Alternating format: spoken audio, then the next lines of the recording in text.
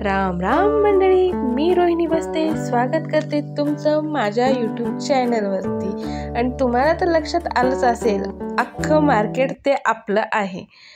नाशिककर म्हटल्यानंतर आम्ही आठवडे बाजार जरा कमीच करतो, जातो थेट ते नाशिकच्या मार्केटमध्ये। कसं आहे ना, आपण आहे मध्यमवर्गीय माणसं, आपल्याला मोलताल भाव करायला खूप आवडतो। आणि आठवडे बाजारामध्ये किंवा काही भागांमध्ये तर दररोजच बाजार भरतो, तर त्या ठिकाणचा भाजीपाला आपल्याला परवडत नाही। तर सकाळी सकाळी आई आम्हाला बहीण भावांना म्हटली, चला जा मार्केटला घेऊन या मस्तपैकी ताजा ताजा भाजीपाला। मग काय, घरातली कामं आवरून आम्ही दोघं बहीण भाऊ निघालो मार्केटला। ही मार्केटची रांग, या ठिकाणी तुम्हाला काय फावडं कुदळ दोरी चराट काय घ्यायचं असेल ना, त्याची होलसेल दुकानं आहे। त्यानंतर लागतात कांदे बटाट्याची होलसेल दुकानं। जो कांदा तुम्हाला आठवडे बाजारात 40 रुपयांनी भेटेल ना, तो या ठिकाणी 30 रुपयांनी सहज भेटून जातो। बटाटे बाहेर तुम्हाला 35 रुपये असेल तर 30 रुपये बटाटे, असा हिशोब असतो दररोजचा। मार्केटमध्ये घुसल्यानंतर मार्केटला 2 दरवाजे आहे, एक निघतो पेठ रोडकडे आणि एक निघतो दुसऱ्या बाजूने। तर मार्केटमध्ये पालेभाज्या एका ओट्यावर जास्त प्रमाणात असतात, दुसऱ्या ओट्यावरती फळभाज्या जास्त असतात। आता नाशिककरांना सांगायची गरज नाही, कारण त्यांना ही माहितीच आहे। पण बाकीचे आपले जे मित्रमंडळी आहेत त्यांना सांगावं लागतं, ज्यांना माहिती नाही ते जातील ना भाजी घ्यायला, बरोबर की नाही। आता जी कोथिंबीरीची जुडी तुम्हाला 10 रुपयाला भेटते ना बाहेर आठवडे बाजारात, तर तिच्या 10 जुड्या कशा करता? एक मोठी जुडी 20 रुपयाला या ठिकाणी घ्यायची, तिचे छोटे छोटे 10 भाग करायचे आणि 10 रुपयाला विकायचे। भरीकरी या ठिकाणी सकाळी सकाळी येऊन मोठ्या प्रमाणात भाजीपाला घेऊन जातात। तुम्ही बघू शकतात या ठिकाणी हे कॅरेटनुसार विकल्या जातात आणि हेच भरीकरी घेऊन छोट्या बाजारात येतात, तेव्हा त्याला भाव येतो। लसूण ह्या कोपऱ्यातल्या बायकांकडून घ्यायचा बरं का, यांच्याकडून घेतलेला लसूण तुम्हाला परवडतो म्हणजे परवडतोच, आणि त्यांचा भाव पण योग्य असतो। आता नेहमीचा आमचा भाजीपाला खरेदी करता करता आम्ही गेलो दुसऱ्या ओट्यावरती। आता हे जे काका आहे ना, हे आमचे सुरणवाले काका, आम्ही नेहमी यांच्याकडून सुरण घेतो।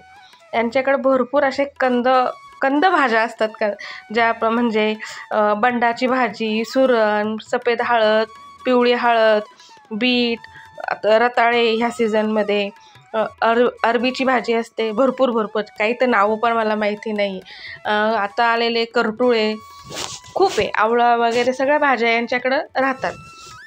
तर आज मी पहिल्यांदा बंडाची भाजी बघितली, काकांनाच त्याची रेसिपी विचारून घेतली। घरी आल्यानंतर आईला पण सांगितलं, तर आई म्हणे मसाल्याची भाजी सारखीच करायची असते। मग काय, अर्धा किलो घेऊनच आली, त्याची रेसिपी तुम्हाला दाखवेलच। लक्षात ठेवा, बंडाची भाजी, हिंदीमध्ये म्हणतात बंडे की सब्जी, काय काय नावं देतील। आता 20 रुपयाला लिंब म्हटलं, बाहेरच्या बाजारामध्ये 20 रुपयाची लिंब देता 5 या सीझनमध्ये, मेहरबानी करून एखादा 6वा एक्स्ट्रा भेटतो।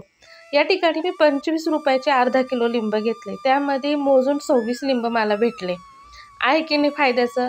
त्यामुळं जराशी मेहनत घ्यायची आणि 15 दिवसाचा भाजीपाला मार्केटला जाऊनच घ्यायचा।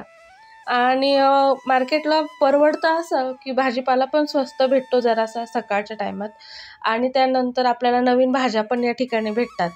जसं की सुरण आम्ही या ठिकाणी मार्केटला घेतो 40 रुपयांनी, पण आमच्या इथं आठवड्या बाजारात जर बघितलं ना, 50 आणि 60 रुपयांनी देतात। आणि मग तो 10-20 आपल्याला कमी वाटतं, पण खूप फरक आहे बरं का। मार्केटमध्ये आज तर टमाटरला खूप भाव होता, 700 रुपये कॅरेट होतं। त्यामुळं असे किरकोळ याच्यामध्ये टमाटरला भाव होताच, आणि एवढे खास पण नव्हते टमाटर। तर आम्ही ह्या आठवड्यामध्ये टमाटर जरा टाळलेच, कारण ते निवडायला सुद्धा असं वाटत होतं का थोडेसे खराबच आहे। सगळा भाजीपाला घेतल्यानंतर आम्ही निघालो।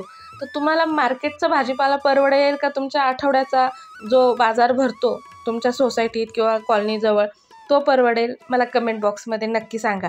आणि नाशिककर मार्केटला जात असाल ना, ते पण मला सांगा, कारण आम्ही तर मार्केटलाच जातो, कारण अख्खं मार्केट आपलं आहे, बरोबर की नाही। व्हिडिओ आवडल्यास लाईक करा, शेअर करा, आणि हो, माझं चॅनल सबस्क्राईब करायला विसरू नका। पुन्हा भेटूया अशाच एका नव्या व्हिडिओसोबत, तोपर्यंत मजेत राहा। धन्यवाद।